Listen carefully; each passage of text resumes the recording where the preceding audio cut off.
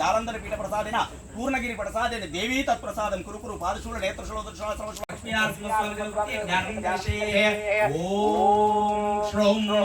श्री महा उग्रं वीरं महाविष्णुं सर्वतामकं देहि स्वाहा ओम हम अखिलांड कोटि ब्रह्म ब्रह्मांड नायकी जम जगत जननी जगदंबा ओम ह्रीं क्लीं शक्तये नमो नमः श्री महा जगन्माताः श्री राजमातंगे नमो नमः కదలద్దు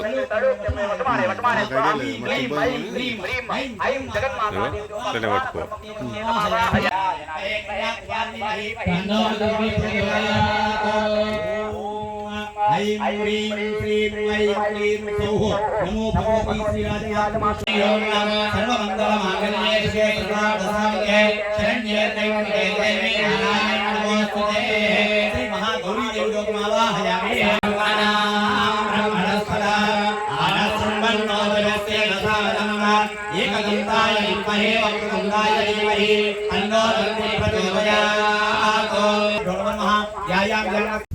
రాజశ్యామల పీఠంలో వసంత పంచమి సందర్భంగా కోటి కుంకుమార్చన కార్యక్రమం 11,000 మంది మహిళలచే అద్భుతంగా జరగనుంది. ఇప్పటికే 11,000 మంది మహిళలకు రాజశ్యామల పీఠం తరపున చీరలను కానుకగా అందజేయడం జరిగింది.